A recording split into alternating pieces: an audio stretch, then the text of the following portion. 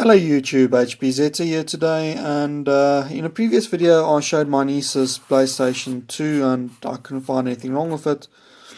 I've since gotten permission to chip it. We are looking at a scph 7704 PAL version. There's actually two different motherboards of this. I'll see which motherboard this is once I open it up. One of them you can do it very neatly and no crossing wires or anything of the sort. Then there's another model that you will get them that the wires are crossing and you can't do it as neatly. Now, fair disclaimer, I do not condone piracy. Piracy is a big thing in South Africa. I've said it many times before. And I do have quite a few discs hanging about from back in the day when I used to pirate. But what piracy does allow you to do is to play imported games on the console, and also you can play all of the mods and hacks and homebrew. So it definitely has its place in this world. And look, it's up to the people's individual tastes and standards if they want to pirate or if they don't. All I know is my current setup for the camera on top there might not be adequate to record this. There's probably going to be a lot of noise. And yeah, let's see how this goes. The next clip will probably be me opening the machine. Right, welcome back. I moved it slightly closer to me. You're going to see more shadows in my hands and things. But unfortunately I needed to, because this is very fine work, as you'll see in a couple of seconds. I chose to go with a Modbo 4 I had laying around. Nothing wrong with these per se. They work quite well. Actually, I'm going to skip the port. In the editing.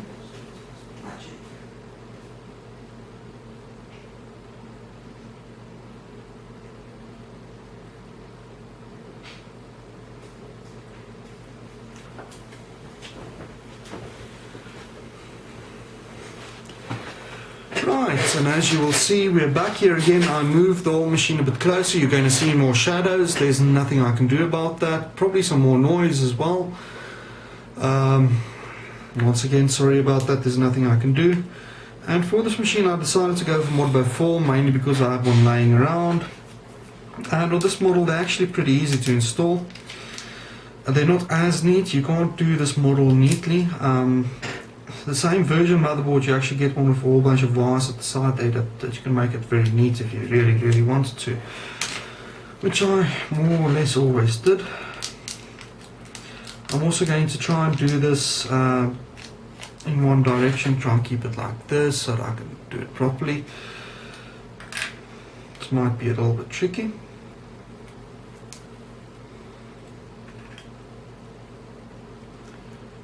And no surprise here, this is so old that the sticky stuff isn't sticky anymore.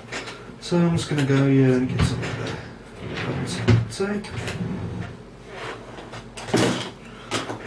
Never have enough of this stuff. I think this is made for glass and things. It's very thin. It's like doesn't almost exist. That's how thin it is.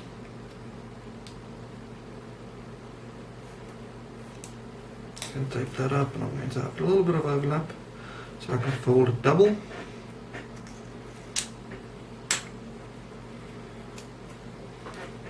Because if I fold it double, that's what's going to give it the support it needs.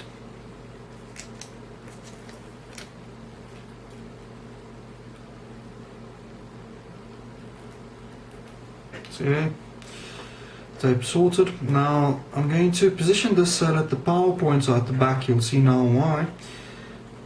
And I'm just going to put this down like this. Normally at this stage I'll turn the motherboard around like that. Can you still see there? Yes, you can. I'll grab my trusty scalpel, and there's 2 points I'm interested in. I'm interested in this little point here, which is my 3.3 volt line.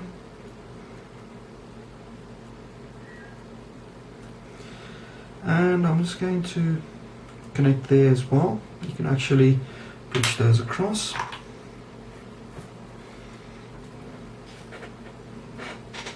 My soldering iron is set to 400 degrees.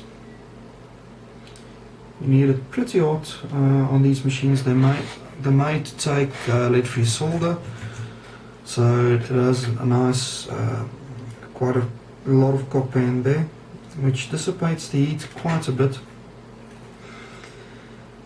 You'll see that I'm getting a lot of flux residue and that sort of stuff. I don't care about that. I'm going to clean that up afterwards. Now, I use the same technique I use for all of my chips, where I place a wire down and then I cut the wire to length on the chip itself. This I found is by far the best way to do it, and it's hassle free, gives me the best result as well. That one nice there. And I've just found that that's the best way to go about it. Unfortunately, I have to work a little bit more cramped than I normally do.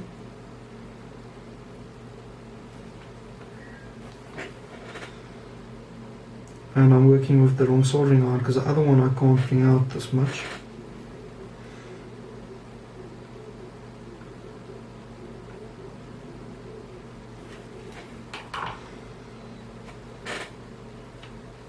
There's my ground.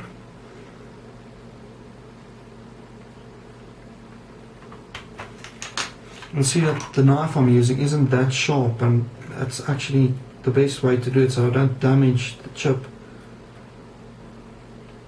Don't get me wrong, it's still a pretty sharp knife. And just to make matters worse, I've now created a bridge there.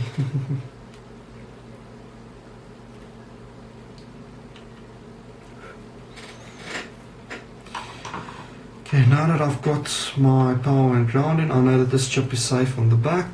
I'm then going to turn it this way around again. And the way I remember this is due to the placement of the wires, but you'll see that there's the one. It's 6 down if I remember correctly. Yep, it is.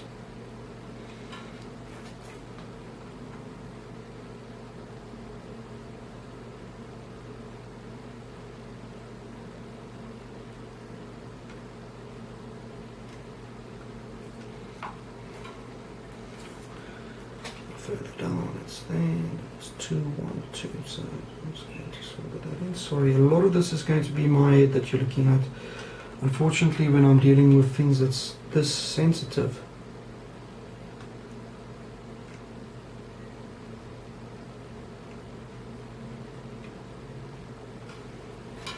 so 2 down, then 1 down.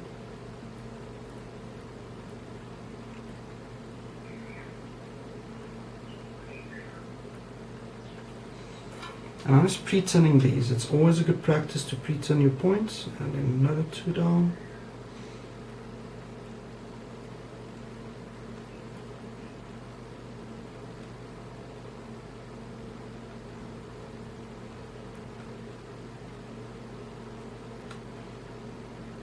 You'll notice I'm using solder that's too thick for this model, but I don't know where my other solder is. I'm not going to hunt for it. So 2, 1, 2, and next to it is the exact mirror. So the exact same spot, you just go past next to it.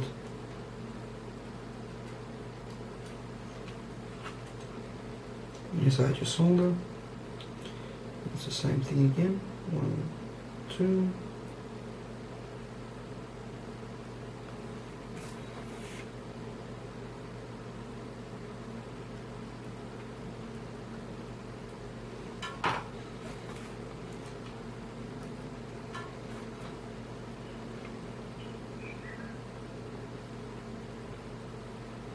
One,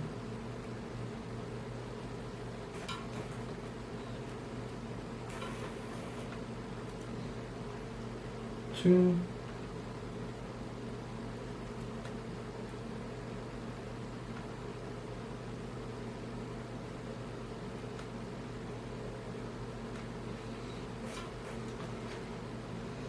and then this one has an extra one on that side.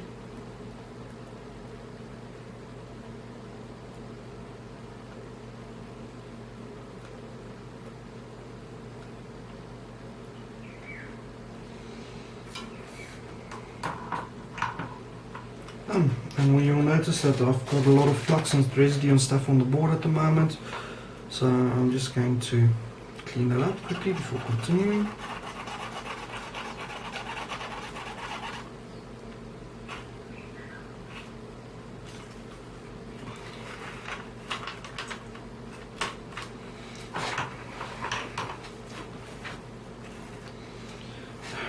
If that's not because this thing is so loose, it's way too loose.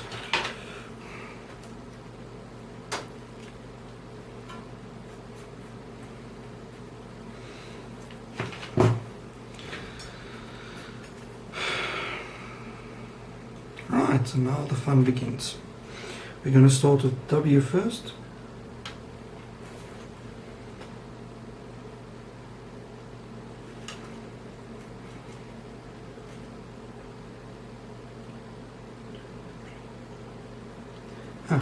Guess what, I was actually one out there. It should be 6-1 down.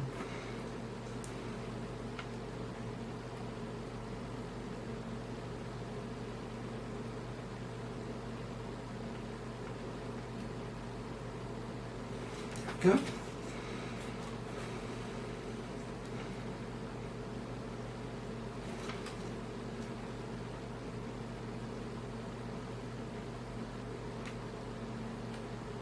And you'll notice because of the flux, the solder actually only wants to connect to one of the points. It doesn't want to go to both. And after you're done, there's a quick way to double check that you only got one point.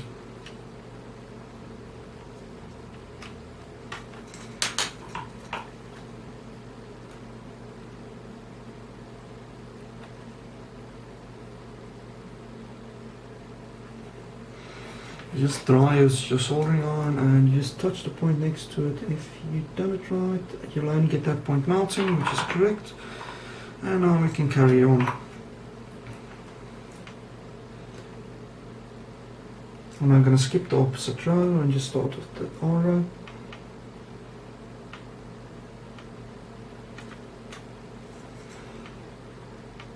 See, a nice thing about this technique is that you can actually ensure that when you pull the wire, it's nicely adhered to the motherboard, you don't get dry joints or anything of the sort.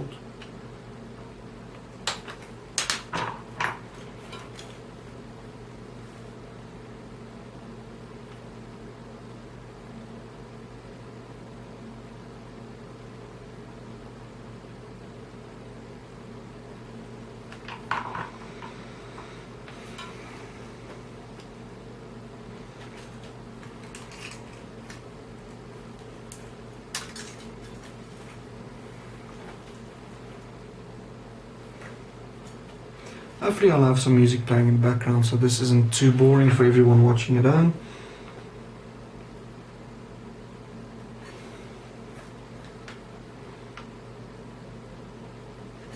Just really have used the other station with the straight tip, but I can't find a straight tip for it.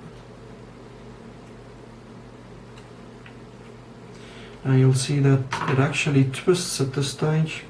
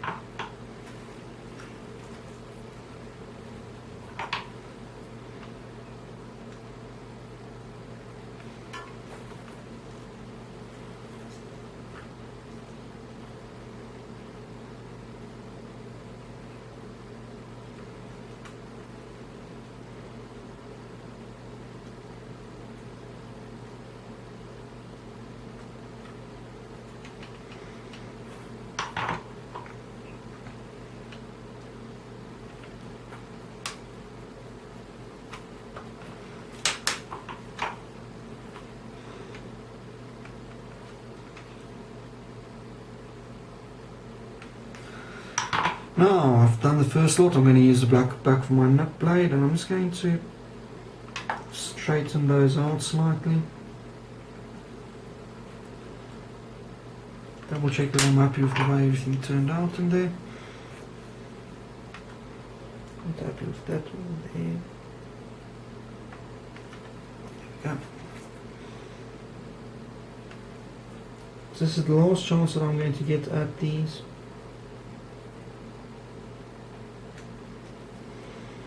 If I'm not 110% happy with them, at this stage I can't go back, because the next row overlaps those.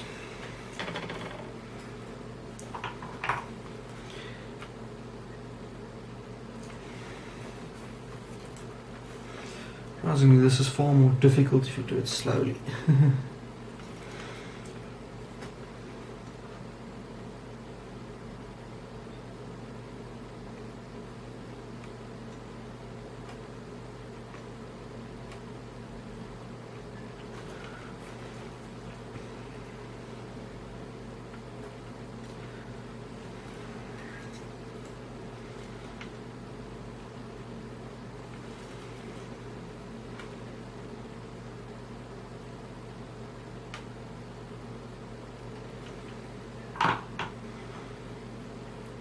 There really is nothing glamorous or nothing difficult about installing a PS2 mod chip. It's just when people grab the thing the first time around and they don't know what they're doing, they just start soldering and they wonder why things don't work because stuff broke during the process.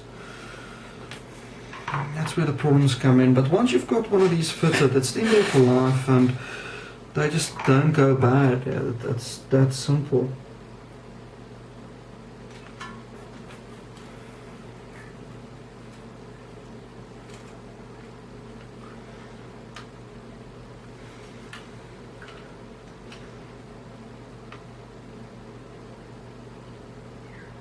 You will notice that I regularly clean my soldering iron. You have to.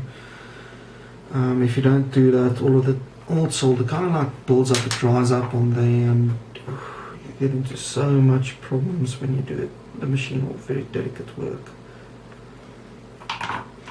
Because of this method I'm using, the wires are all straight, they're nice, simple.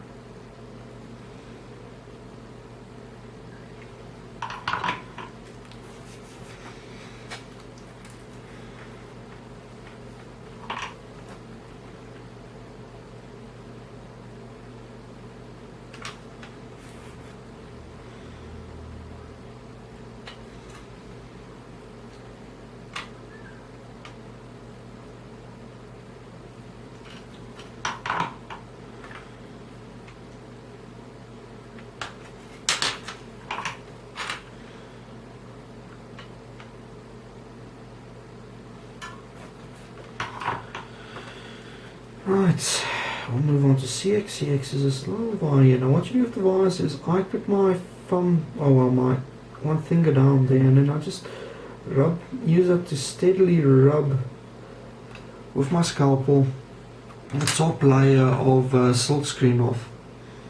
Then the same like any point, you pre-tin it, grab your wire. I like to lay my wires as straight as possible, although on this side it always causes some form of a problem.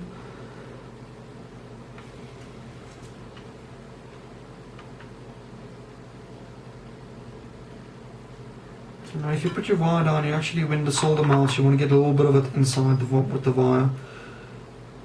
So it's not that difficult to do, it's fairly easy.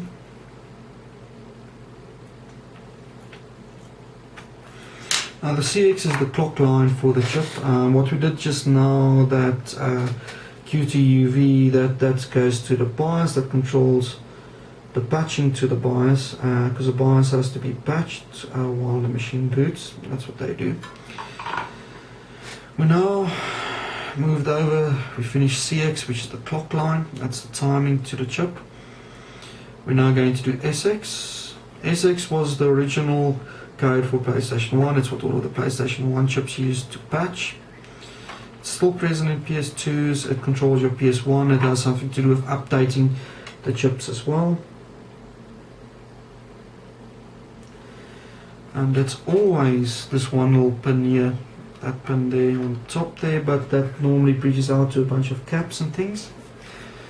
If I remember correctly, it was a second batch there. You'll see that those two components are actually, there's a little trace in the middle connecting the two, so you can bridge that. I remember on the newer 4 chips you actually used to take off that capacitor.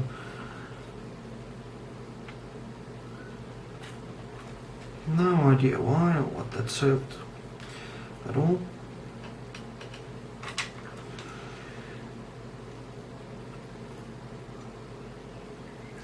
Now the Y point on this is a bit of a misnomer, because you'll see that on the schematics it tells you to use one Y, but if you use that and then PS1 stops working, the one you want is actually on the chip. On the Modbo diagrams they all use the wrong ones, on the matrix ones they all use the right ones. So guess which one I'm going to be using.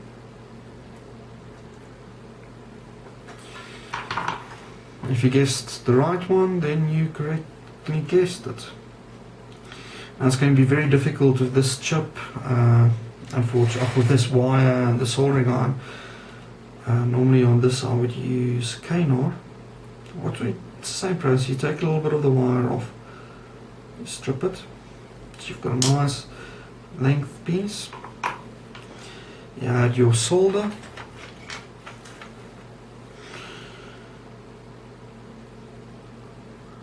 You need to preturn this a lot. That makes the process so much easier on you when you do solder it. We're then going to lift up the side of the board at 45 degrees approximately.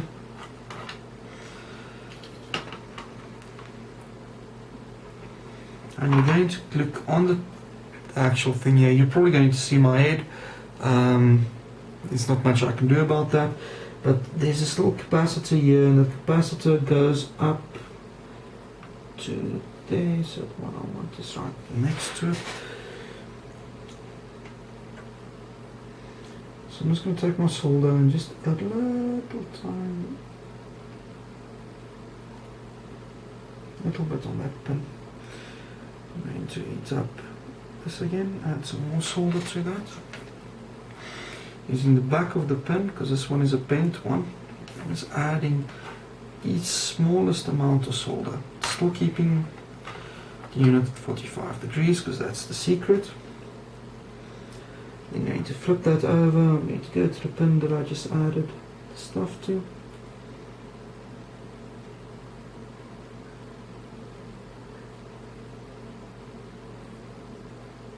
And there I did it wrong. Suck to try and get that corrected because I've now created a bridge.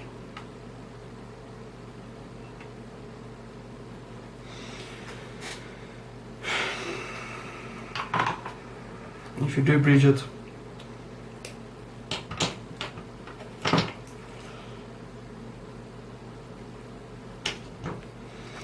what do? Grab a dry piece. Not tinned, and now I'm going to suck up the solder. There we go. And basically what I did there was I heated the dry piece of wire just so it sucks up all of that excess solder.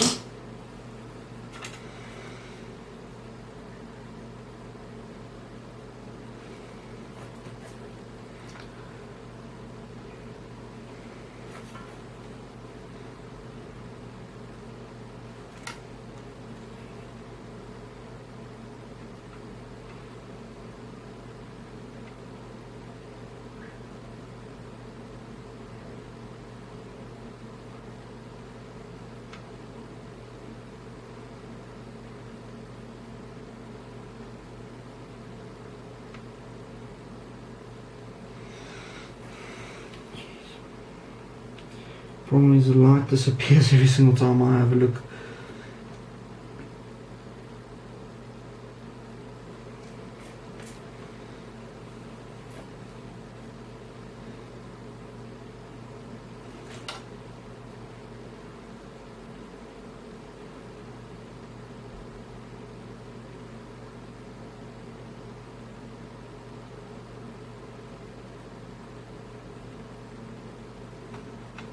There you go.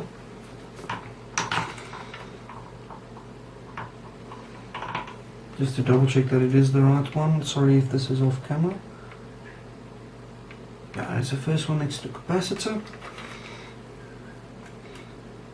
I'm then just pushing it down like that and just pulling the wire.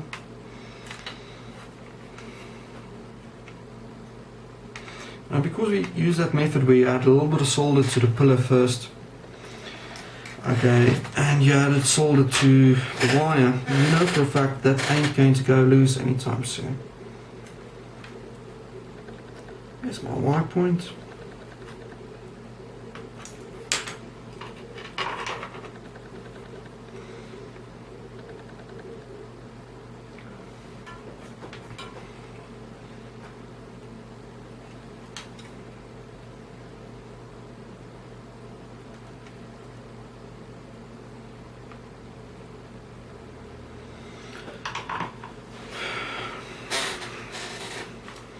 Tiniest amount of solder wrong in that area and cause you all of the pain in the world. Right, now I'm going to start working on my wires.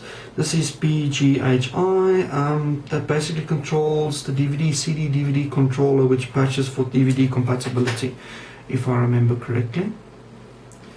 The B is easily recognizable because you've got this one point surrounded by 3 other points. So you've got this one, yeah, and there's like 3 other points around it on this model. Remember, on the other models, this will be in a different place entirely.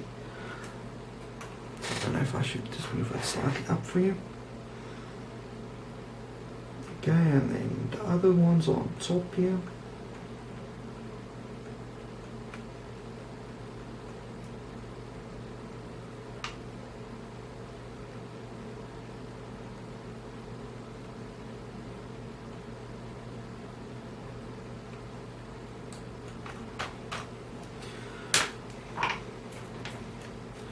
I use flux core solder, so I don't add extra flux in afterwards, because as you can see, my solder adheres instantly to those points. Right, unfortunately on this model there's no neat way to lay the wires. Some of the others you can actually pull it through and you can make it so that it's 100% straight and it looks absolutely gorgeous, but on this one, not really. Same as all of the other ones, we just add a little bit of solder to the tip. Now this one, there's a wire close to it, so what I'm going to do is I'm just going to lay it so it misses that wire.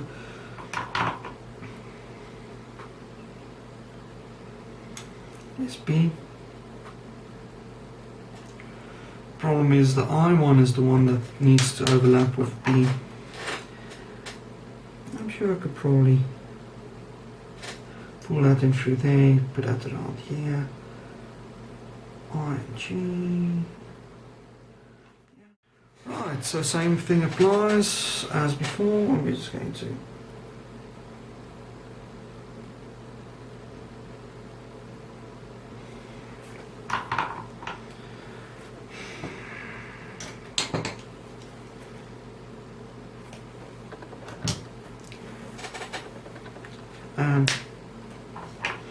same thing applies as before. We're just going to heat that up.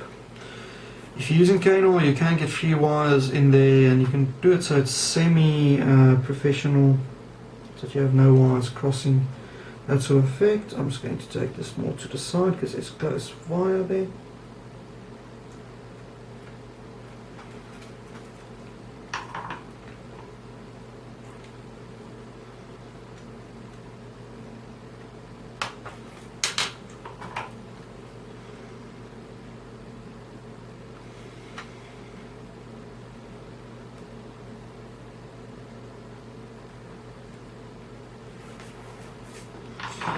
And sadly this is where it goes all pear-shaped and it stops being neat.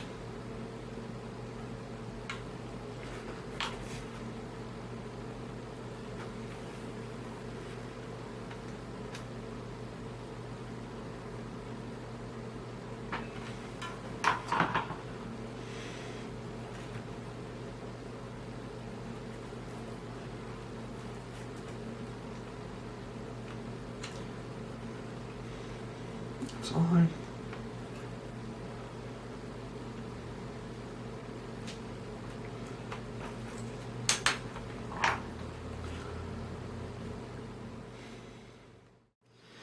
And I'm back again, sorry about that. The battery decided it's going to die on me, and I had to wait for it to recharge. So I'm back here again, getting the soldering iron off properly.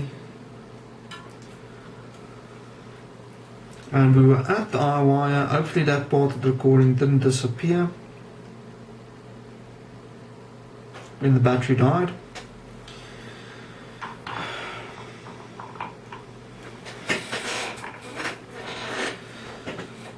Okay, and everyone can still see there.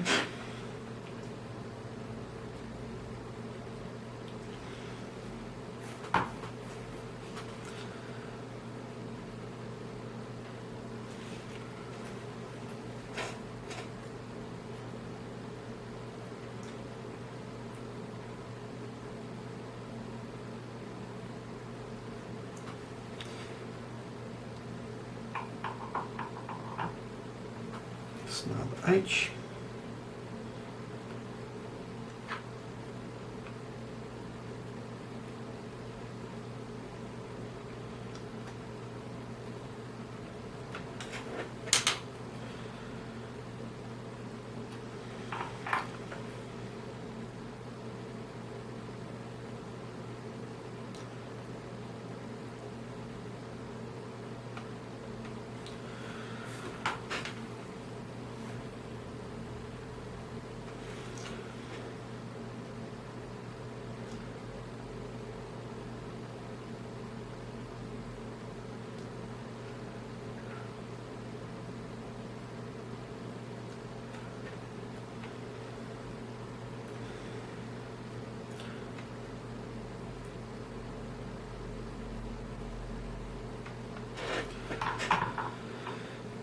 Unfortunately, how it goes as you stop something that you're doing, getting into, and you start again, is you get out of the swing of things, so things are a bit slower again.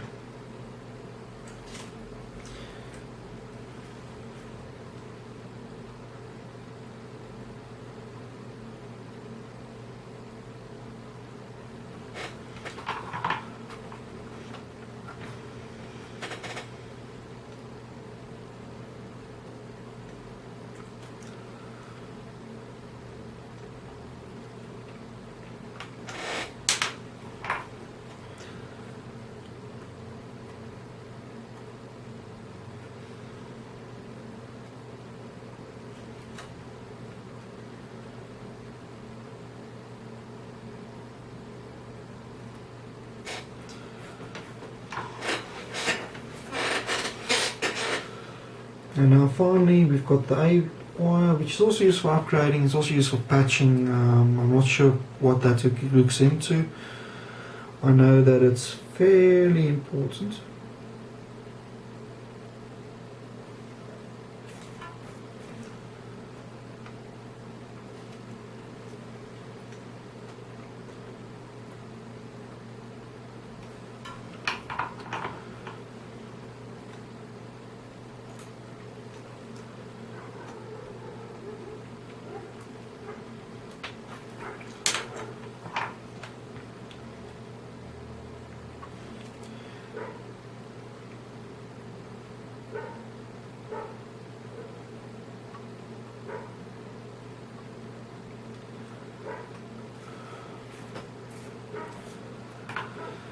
And that brings us to the final wire, which is reset. It literally just goes to the reset switch. It tells the chip when reset is pressed.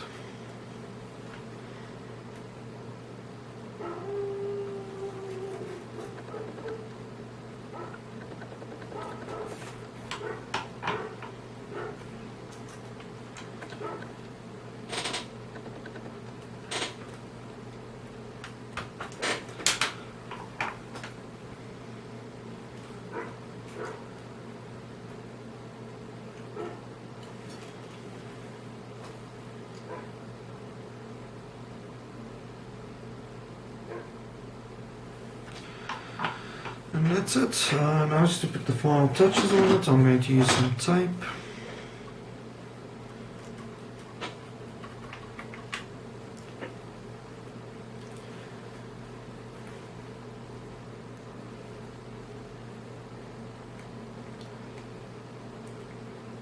That wire isn't going anywhere, but I might as well just ensure that it stays there.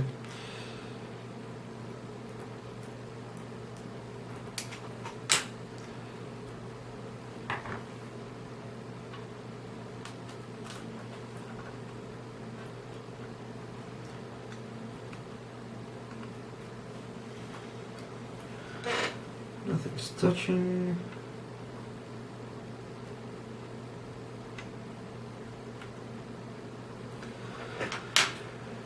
Everything looks fine from this side. I'm quickly going to give it a quick test, and I'm going to switch over to the other camera to do so. Right, so now you can just quickly see a bit of a close-up here of how everything looks. There's the chip. I'll try and get it right close to that. I don't know if I could focus. No, I can't focus that thing. Depth. Nonetheless, we've got the chip there, everything else. What I'm going to do now is hit the power and make sure that it boots, and I'm going to look for the matrix screen. It should just flash for like less than a split second. There we go. And there I'm starting.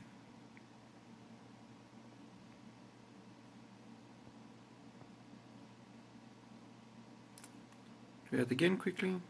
Make sure I just get a quick flash of the matrix screen. And it starts. That's good. Let's see if I can do this one-handed. Grab that. I'm not putting the back cover on yet.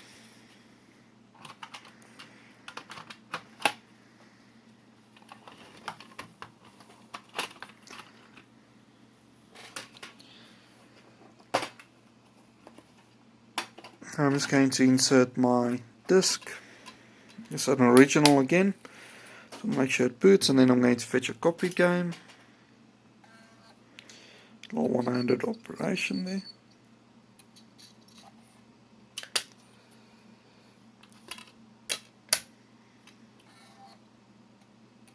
Here we go.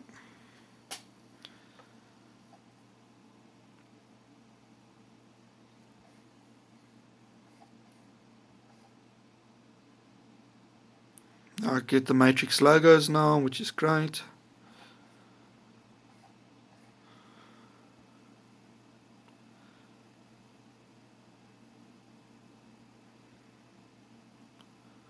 And it still boots.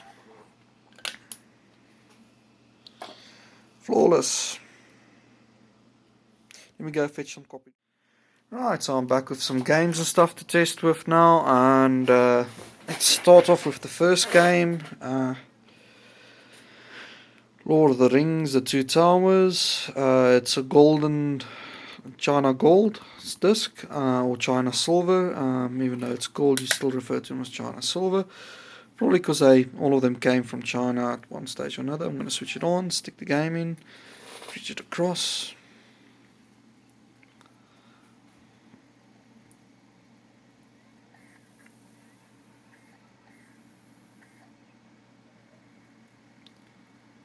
Matrix Infinity. It's a good sign.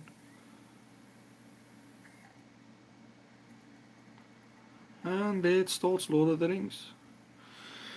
And these things are so cheap, you can see laser right through the disc.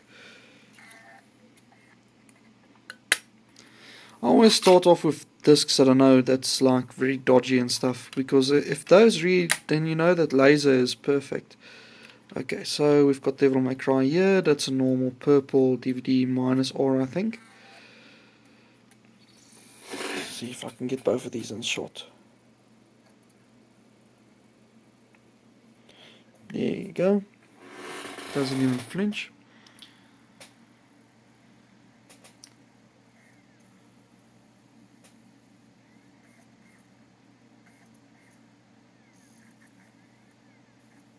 There it loads it. No hassles. Okay, finally I've got Tomb Raider. This is also a copy, even though it's black underneath. These are black dyed CDRs. Sony would never release one with just the name on it. And let's see if auto boot works on these for PS1s, because sometimes they're a bit of an issue. So I'm going to try and get both of these in shot again. It spins it up. It stops the disc, which is what you want to see. And now it's in PlayStation 1 mode. There you go, flashes the screen.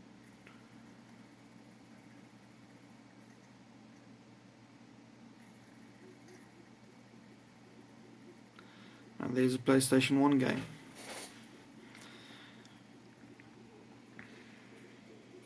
Absolutely perfect. See, there's nothing to be scared of from those PlayStation Modbo chips. You just need to install them properly from the first time round. If you're new to this sort of thing, take your time. Take an hour to do it. No one is timing you to install that mod chip. So what I'm going to do now quickly is I'm going to go back to the top video camera, and I'm just going to close everything up, and see you guys soon. Right, let's close this machine up quickly. Fairly straightforward. Top, flip it around.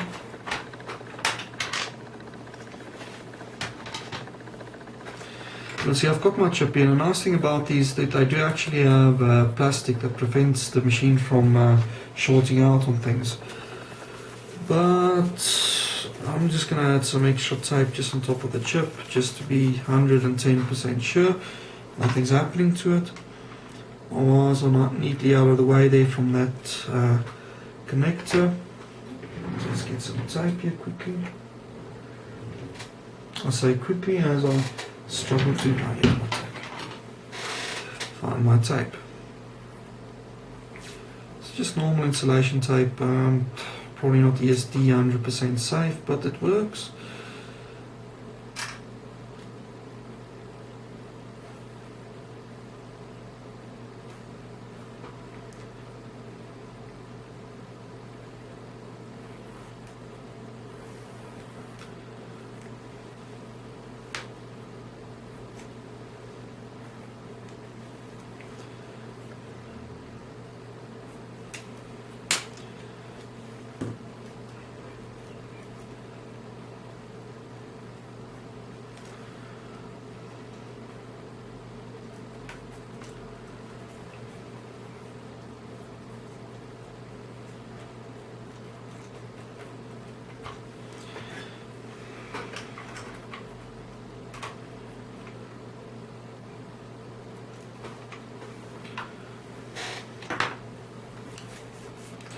Here's my screwing driver. There it is.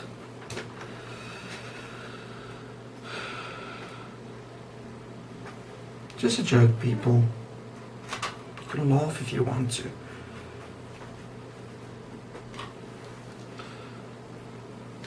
Once again, don't over tighten the screws. Just tighten it as soon as you can feel it stops. Don't continue screwing it down.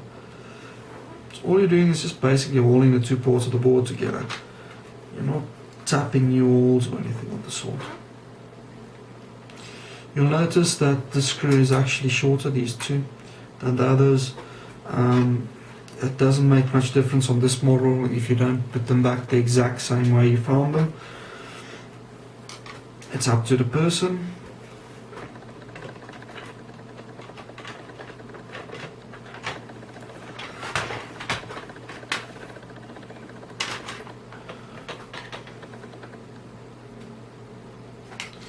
Now before I put these 4 screws back in, I'm just going to do the same thing where I remove that side, grab my screw,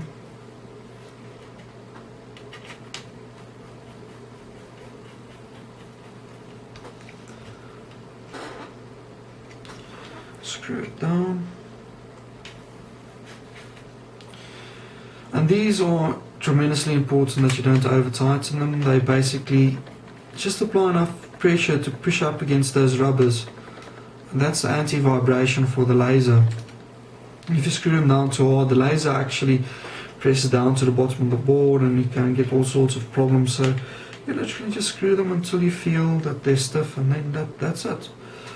Release them. There really isn't any need to over tighten your screws.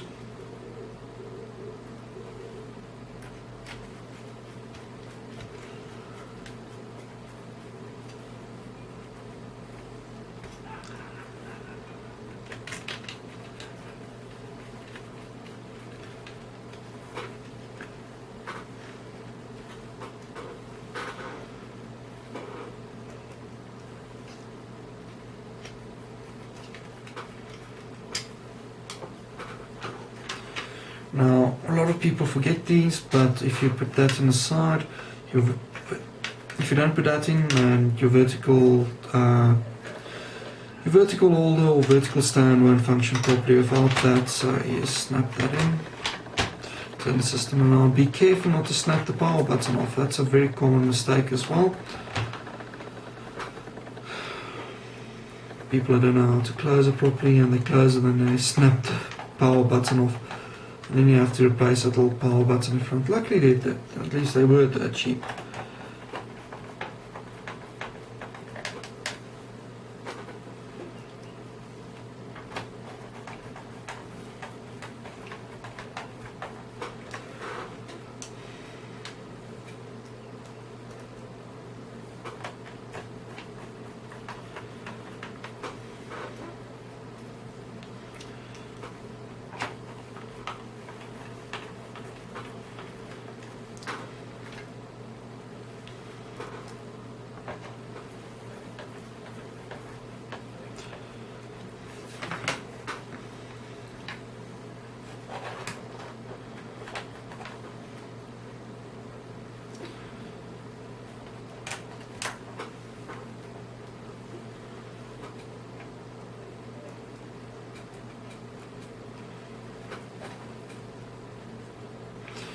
Turn the console around and give it one final test before you give it back to the person.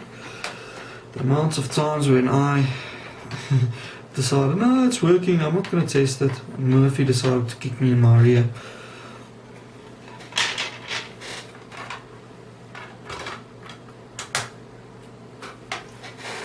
I'm going to switch over to the other camera quickly. Yeah, I'm back at the other camera. Quick flash of the matrix screen means it's working.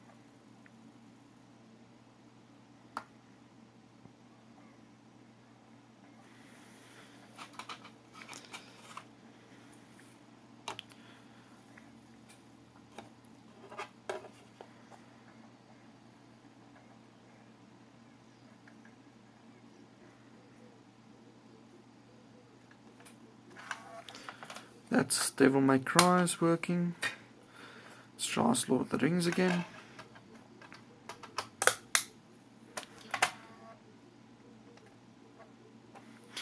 And just to be different, let's go and fetch another game. Oh yeah, you didn't want to see that mess, did you? Let's grab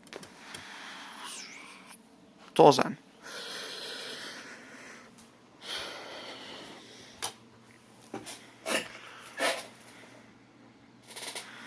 Okay, and all the rings is working.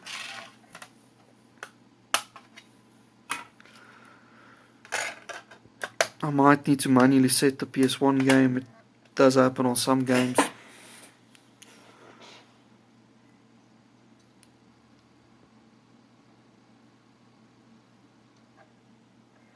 Yeah, it stopped the disc because it's a PlayStation 1. It reset it.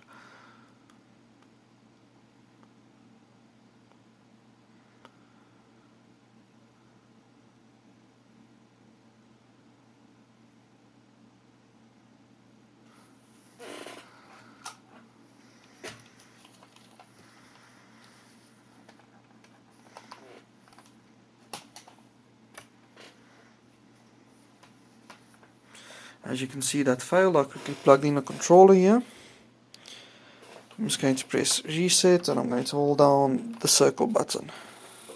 So that forces the machine into PlayStation 1 mode. And there's a big possibility that game isn't PS2 compatible, not all of them were. Here we go, I'm releasing it. And there it plays it.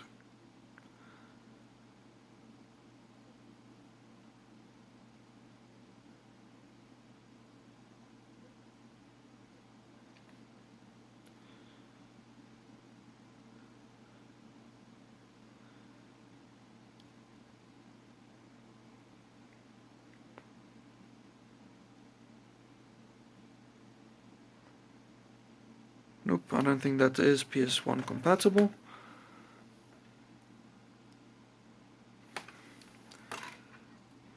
Let's grab another one. Luckily I've got a few to choose from.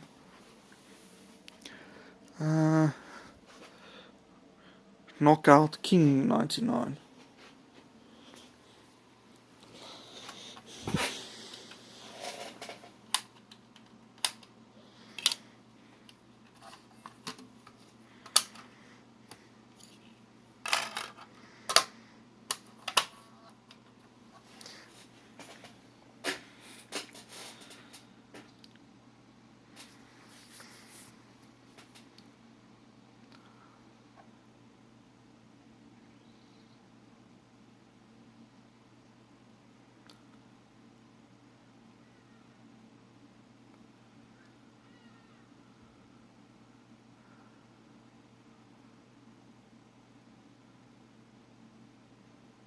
And there we go, that's working.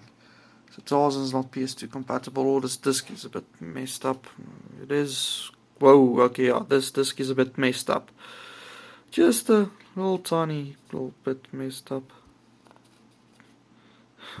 Well, yeah, well, what can you do?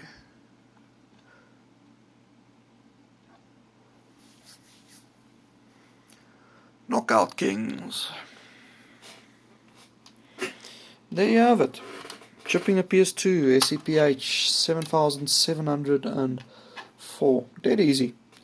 You need to get a diagram online and just memorize it or work with it next to you. Take your time. Make sure everything's working when you're done. That's all from me, HP Zeta. Until next time, goodbye.